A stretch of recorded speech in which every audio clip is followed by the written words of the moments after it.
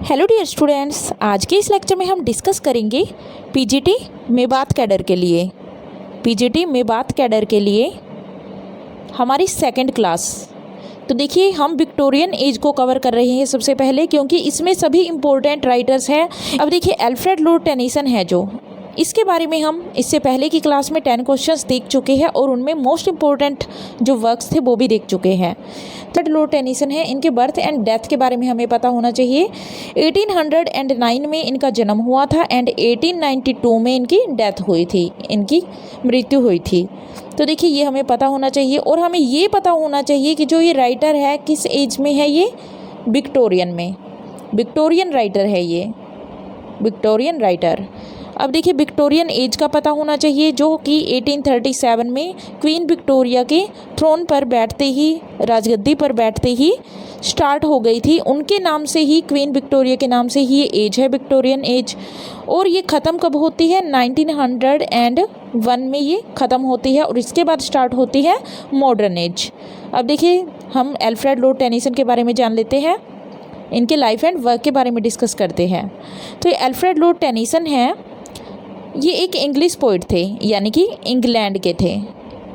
Alfred Tennyson was born in Somersby, Lincolnshire, England. Somersby, Lincolnshire, England में इनका जन्म हुआ था 1809 में। Was the fourth of 12 children. तो देखिए, जो टेनिसन है, इनके माता पिता के 12 बच्चे थे, यानी इनके 11 बहन भाई और थे, जिनमें से ये 4th नंबर के थे। ये जो फादर है, ये एक क्लर्जी मैन थे।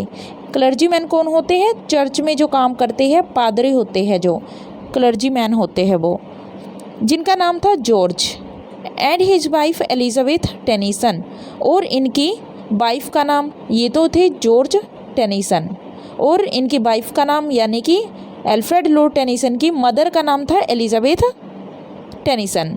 उसके बाद देखिए, Tennyson's father had family history of mental illness.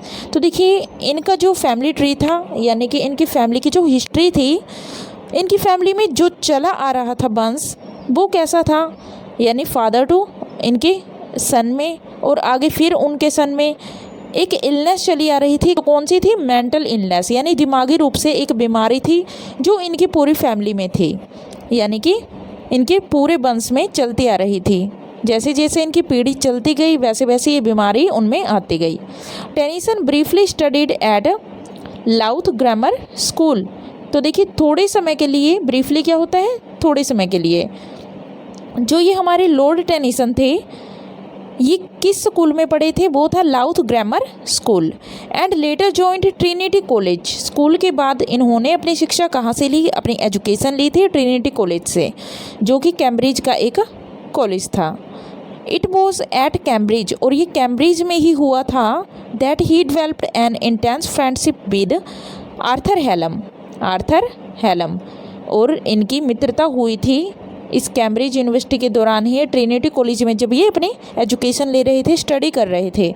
उस वक्त इनको एक जो पर्सन मिले थे, एक मैन मिला था जिसका नाम था आर्थर हेनरी हेलम, जो इनके बिल्कुल इंटेंस फ्रेंडशिप इनकी हो गई थी, इनके क्लोज फ्रेंड बन गए थे। अब देखिए, उसके बाद अब देखिए, Tennyson and Hallam were part of literary group. अब जो ये टेनिसन थे, यानी कि जो ये राइटर है जिसको हम डिस्कस कर रहे हैं, ये और इनके friend AHH, Arthur Henry Hallam plus Tennyson जो राइटर है, ये दोनों थे जो इन्होंने एक लिटरेरी ग्रुप बनाया, एक लिटरेरी ग्रुप बनाया था, जिसका नाम क्या था वो हमें याद रखना है, वो था अपोस्टल्स। ये इनका एक लिटरेरी ग्रुप था। लिटरेरी ग्रुप क्या होते हैं? जिनमें साहित्यिक बातें की जाती है, यानी कि वर्क्स जो लिखे जाते हैं वो आपस में डिस्कशन करके लिखे जाते हैं। तो टेनिसन और हेलम ने दोनों ने मिलकर अपोस्टल्स नाम का एक ग्रुप बनाया था, literary group. This group provided Tennyson the confidence he needed. और यही वो ग्रुप था जिसने टेनिसन को एक राइटर बनने का कॉन्फिडेंस दिलाया, यानी कि उसमें क्या पैदा किया? एक विश्वास, आत्मविश्वास पैदा किया, जिससे टेनिसन को लगा कि हाँ, वो भी क्या कर सकते हैं? राइटर बन सकते हैं। जिसकी उन्हें ज़रूरत थी, यानी वो विश्वास दिलाया जिसकी उन्हें ज़रूरत थी। एज अ यंग पोइट, और उस वक्त ये एक यंग पोइट थे। Tennyson's first collection of poetry, जो टेनिसन ने अपना पहला कलेक्शन लिखा था। कलेक्शन क्या होता है? संग्रह। पहला संग्रह जो लिखा था पोइट्री का, पोइम्स का, तो उसका नाम क्या रखा था? पोइम्स, चीफली लिरिकल, ये इसका नाम था। तो आपको पहला कलेक्शन है इसलिए इसको याद रखना है, ये मोस्ट इम्पोर्टेंट रहेगा। क्या था पहला कलेक्शन? पोइम्स चीफली लिरिकल, बोज पब्लिश्ड इन 1830। और देखिए 1830 में क्या हुआ था?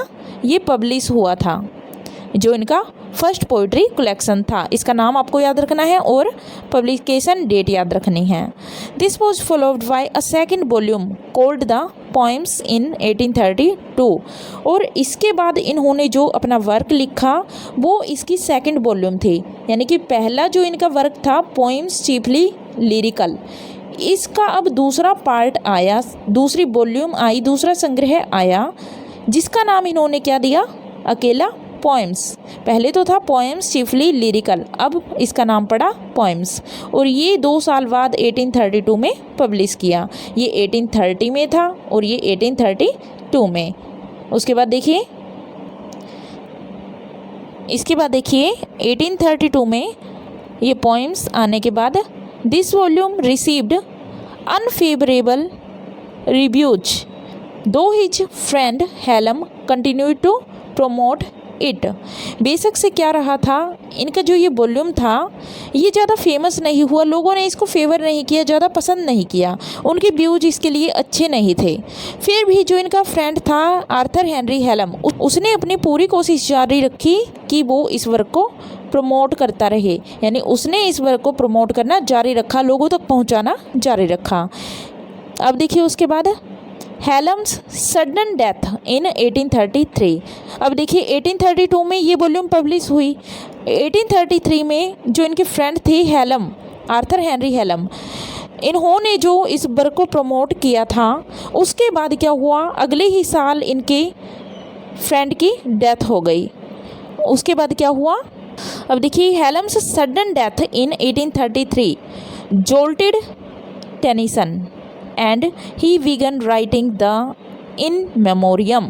अब देखिए जो इसकी डेथ हुई हेलम की, जो इनके बेस्ट फ्रेंड थे, जिन्हें ये अपनी जान से ज़्यादा चाहते थे, इनकी डेथ के बाद इन्होंने बाकी सब काम छोड़ दिए और इन्होंने अपने फ्रेंड को एक श्रद्धांजलि देने के लिए वर्क लिखना स्टार्ट कर दिया, जिसका नाम था इन मेमोरियम। मोस्ट इम्पोर्टेंट है ये, मैं आपको कल भी बता चुकी हूँ। अब देखिए उसके बाद an elegy for his lost friend. ये इन मेमोरियम क्या थी? एक एलजी, एक दुखांत स्टोरी थी। किसके बारे में? एक दुखांत घटना थी, कहानी थी इनके बेस्ट फ्रेंड की लॉस के बारे में, कि कैसे उन्होंने अपने बेस्ट फ्रेंड को खो दिया था। Besides being his closest friend Hallam was engaged to his sister Emily.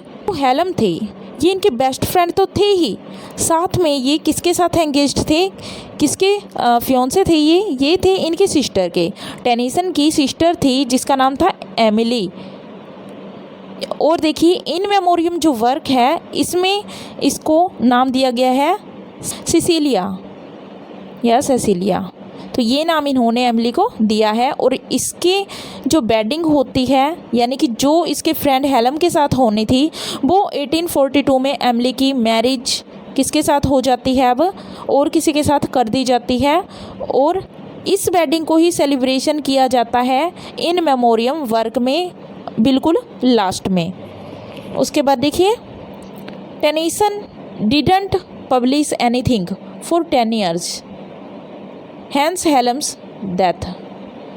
अब देखिए जो ये राइटर है टेनिसन, इन्होंने अपने फ्रेंड की डेथ होने तक, उसके 10 साल बाद तक कोई भी वर्क अपना नहीं लिखा, ना ही कोई वर्क उसने पब्लिश किया। Poems 2 volumes 1842 marked A change in Tennyson's fortunes. अब देखिए टेनिसन ने 1842 में, जब इनकी सिस्टर की मैरिज भी हो गई 1842 में, तब जाकर इन्होंने 2 volumes नाम से पोइम्स को पब्लिश करवाया। 1842 में। और ये इतनी फेमस हुई कि इस वॉल्यूम ने इनको फॉर्च्यून्स बनवाने का मौका दे दिया, यानी कि फॉर्च्यून्स इकट्ठा करने का, कलेक्ट करने का एक अवसर दे दिया, एक अपॉर्चुनिटी दे दी इनको। कैसे? ये इतनी फेमस हुई, इतनी ज़्यादा बिकी कि इनके पास अब पैसे आने लगे। The success of this volume established him as a popular poet. अब ये इतनी फेमस हुई कि अब टेनिसन को लोग सक्सेसफुल राइटर के रूप में देखने लगे और उनकी जो वॉल्यूम थी उसने इनको सफल पोइट बना दिया। And he also started receiving A government pension few years later. और कुछ सालों के बाद ही सरकार ने इनको क्या देना शुरू कर दिया, एक पेंशन देनी भी शुरू कर दी। एक पोइट के रूप में, एक अच्छे पोइट के रूप में देखा इनको और इनको पेंशन देनी स्टार्ट कर दी।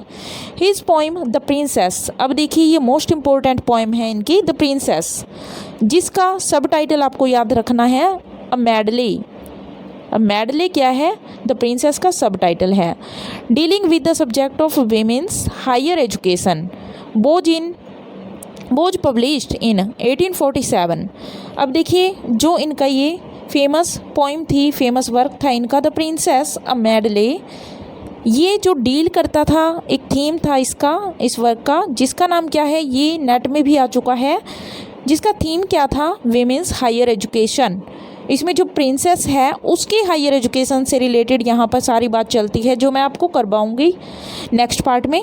तो देखिए वीमेंस हायर एजुकेशन का मुद्दा है इस पोइम के अंदर, ये आपको याद रखनी है। अब ये एजुकेशन से रिलेटेड है इसलिए ज़्यादा इम्पोर्टेंट हो जाती है। और ये 1847 में ये पब्लिश हुई, द प्रिंसेस पोइम है जो इनकी 1847 में पब्लिश हुई। And in 1850 his most well known poem in memoriam. और देखिए जो इन्होंने पोइम लिखी थी जो इनके बेस्ट फ्रेंड आर्थर हेनरी हेलम की याद में थी, इन मेमोरियम AHH की मेमोरी में, ये इनकी मोस्ट वेल नोन पोइम रही और जो 1850 में पब्लिश हुई। देखिए 1833 में इनकी फ्रेंड की डेथ हुई और इसके 17 साल बाद ये पोइम कंप्लीट हुई और 1850 में इसको पब्लिश करवाया गया। It brought him to the notice of Queen Victoria. अब देखिए क्वीन विक्टोरिया ने जब इस पोइम को पढ़ा तो वो इनसे बहुत ज़्यादा इन्फ्लुएंस हुई एंड ही सक्सीडेड वर्ड्सवर्थ। अब उन्होंने क्या किया, क्वीन विक्टोरिया ने इनको वर्ड्सवर्थ के स्थान पर, वर्ड्सवर्थ फेमस पोइट है आपको पता है रोमांटिक एज के, अब इनके स्थान पर क्वीन विक्टोरिया ने किसको सक्सीड किया, यानी किसको वर्ड्सवर्थ के बदले में इनको सक्सीड किया गया। सक्सीड होता है आगे बढ़ाना, वर्ड्सवर्थ की जगह किसको आगे बढ़ाया गया, अब वो थे हमारे पोइट टेनिसन को, इनकी जगह पर अब पोइट लॉरेट बना दिया गया इंग्लैंड का। यानी क्वीन विक्टोरिया के महल में इंग्लैंड में पोइट लॉरेट कौन बनाया गया, अब टेनिसन। किसकी जगह ली इन्होंने, वर्ड्सवर्थ की। वर्ड्सवर्थ कब बने थे, 1843 में, और ये 1850 तक रहे। क्वीन विक्टोरिया ने 1850 में टेनिसन को क्या बना दिया, पोइट लॉरेट बना दिया। द सेम ईयर, और इसी साल ही क्या हुआ, he also got married to Emily Sellwood. इसी साल उन्होंने एमिली सेलवुड नाम की एक लड़की से शादी कर ली। To whom he had been engaged earlier, जिससे वो पहले से ही एंगेज्ड थे, यानी जिसके प्यार में वो पहले से ही पड़े हुए थे, उसके साथ इन्होंने अब भी कर ली। अब क्या हुआ उसके बाद, अब देखिए 1884 में Tennyson accepted a peerage and became Alfred Lord Tennyson. अब क्या हुआ, जब टेनिसन बड़े हुए उसके बाद मैरिज के बाद इन्होंने क्या किया, क्या बन गए अब वो, पहले तो ये टेनिसन थे, Alfred Tennyson.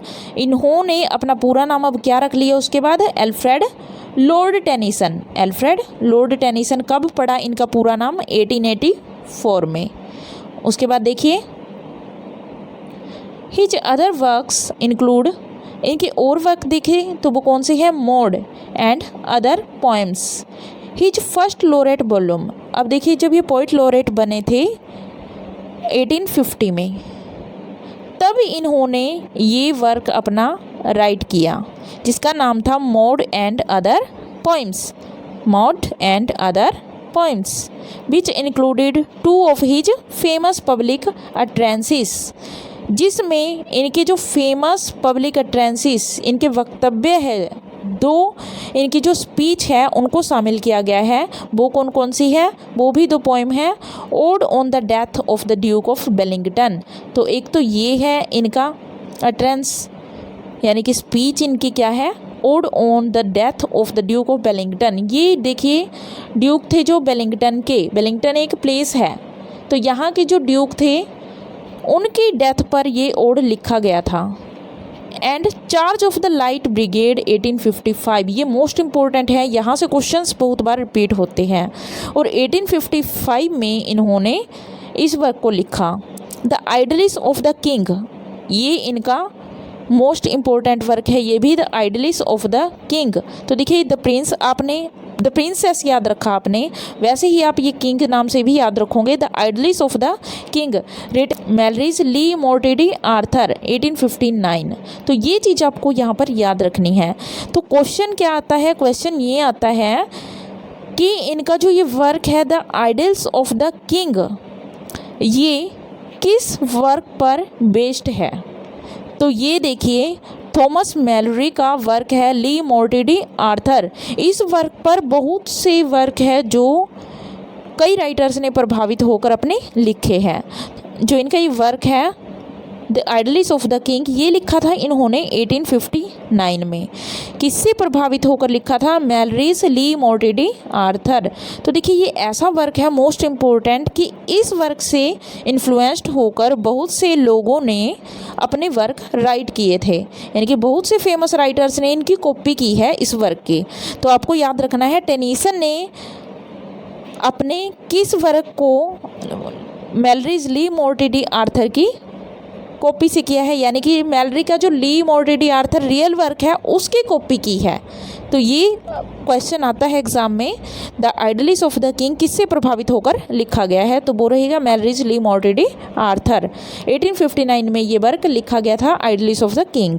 Is Queen Mary 1875। उसके बाद देखिए इन्होंने प्ले लिखने स्टार्ट कर दिए। इनका वर्क था जो प्ले था वो क्या था? क्वीन मैरी एक प्ले है। तो ये आ सकता है कि पोइम है, प्ले है, ये क्या चीज़ है ये? तो ये क्वीन मैरी इनका एक प्ले है। हेरोल्ड भी एक प्ले है, ये 1876 में लिखा गया था। बैकेट भी इनका एक प्ले है, 1879 में आया था। टेनीसन डाइड इन हैस्लेमेयर इंग्लैंड, ये हैस्लेमेयर नाम की जगह पर इंग्लैंड में इनकी मृत्यु हुई थी, डाइड हुए थे इंग्लैंड ऑन 6 अक्टूबर 1892। तो देखिए 1892 में 6 अक्टूबर को इनकी डेथ हुई थी। And was buried in Westminster Abbey, और ये वेस्टमिनिस्टर एबी में दफनाए गए थे। आपको पता है ज़्यादातर जो फेमस पोइट है इंग्लैंड के वो सारे के सारे यहीं दफनाए जाते थे, ये भी आपको याद रखना है। अब देखिए इनके वर्क बता देती हूँ मैं, एक लिस्ट है जो आपको प्रोवाइड करवा देती हूँ। तो देखिए फर्स्ट है इनका पोइम्स, चीफली लिरिकल, ये मैं आपको बता चुकी हूँ। फर्स्ट वर्क है इनका ये 1830 में पब्लिश हुआ था, और जब ये कैम्ब्रिज के ट्रिनिटी कॉलेज में स्टडी कर रहे थे तब इन्होंने ये वर्क लिखा था, फर्स्ट वर्क। पोइम्स 1832। अब ये देखिए पोइम्स है जो इसी का ही सेकंड पार्ट था, वो सेकंड वॉल्यूम थी जो कि इसके 2 साल बाद पब्लिश हुई 1832 में। ये फेमस नहीं रहा इनका वर्क। जो पोइम्स 1832 में लिखी गई थी वो इनके फ्रेंड आर्थर हेनरी हेलम ने बहुत ज़्यादा कोशिश की थी इस वर्क को बहुत ज़्यादा फेमस बनाने के लिए। पोइम्स 2 वॉल्यूम्स 1842 में आई थी। इस वर्क के थ्रू इनको कुछ पैसे इकट्ठे होना स्टार्ट हो गए थे, यानी इन्होंने कुछ पैसे कमाना शुरू कर दिया था जब इनका ये वर्क पब्लिश हुआ, थोड़ा फेमस हुआ था ये। उसके बाद आया द प्रिंसेस। द प्रिंसेस की बात करें तो इनका सब टाइटल आपको याद रखना है अ मेडली। 1847 में ये वर्क इनका पब्लिश हुआ था। इनका अभी मैंने बताया है जो थीम रहेगा वो क्या रहेगा इसका, वो रहेगा वीमेंस हायर एजुकेशन के बारे में। उसके बाद है इन मेमोरियम, ये वर्क है जो इनका, ये आर्थर हेनरी हेलम इन पर लिखा गया है, जो इनके बेस्ट फ्रेंड थे, इनकी डेथ पर लिखा गया है। और ये देखिए 1833 में लिखना स्टार्ट किया गया था जब इनके फ्रेंड की डेथ हुई थी, और 1850 में ये पब्लिश हुआ था। टोटल जो समय लगा था ओवरऑल वो कितना था इनका, वो था 17 ईयर्स, ये आपको याद रखना है। उसके बाद देखिए odd on the death of the Duke of Wellington, ये इनकी एक स्पीच है जो कि इनके पोइम्स के कलेक्शन में आई थी। मोड एंड अदर पोइम्स, ये देखिए ये भी इनकी फेमस पोइम है, मोड एंड अदर पोइम्स 1855 में आई थी। आइडलिस ऑफ द किंग भी इनका एक इम्पोर्टेंट वर्क था, 1859 में आया था। नेक्स्ट देखिए अब देखिए इनक आर्डन एट्सेट्रा, ये भी इनका वर्क है, 1864 में आया। The Holy Grail and other poems, तो इसका आपको डेट याद रखनी है, publication date 1869। The Holy Grail and other poems. Queen Mary a drama, तो ये इनका एक ड्रामा है, ये आपको याद रखना है, 1875 में ये पब्लिश हुआ था। हैरोल्ड भी एक प्ले है जो 1876 में आया था नेक्स्ट ईयर इससे। और बैकेट भी एक प्ले है जो 1879 में आया। फिर है डिमेटर एंड अदर पोइम्स, ये पोइम का कलेक्शन है इनका, 1889 में आया। द डेथ ऑफ ओइनन, उसके बाद Akbar's dream and other poems, ये भी आपको याद रखना है क्योंकि ये इंडियन किंग के ऊपर है। Akbar's dream and other poems, ये 1892 में आया था, इनका लास्ट वर्क था ये। तो आई होप आपको ये क्लास समझ आई होगी, सब समझ आया होगा अच्छे से। तो चैनल अच्छा लगा हो तो चैनल को लाइक, सब्सक्राइब एंड शेयर ज़रूर करना। Thank you.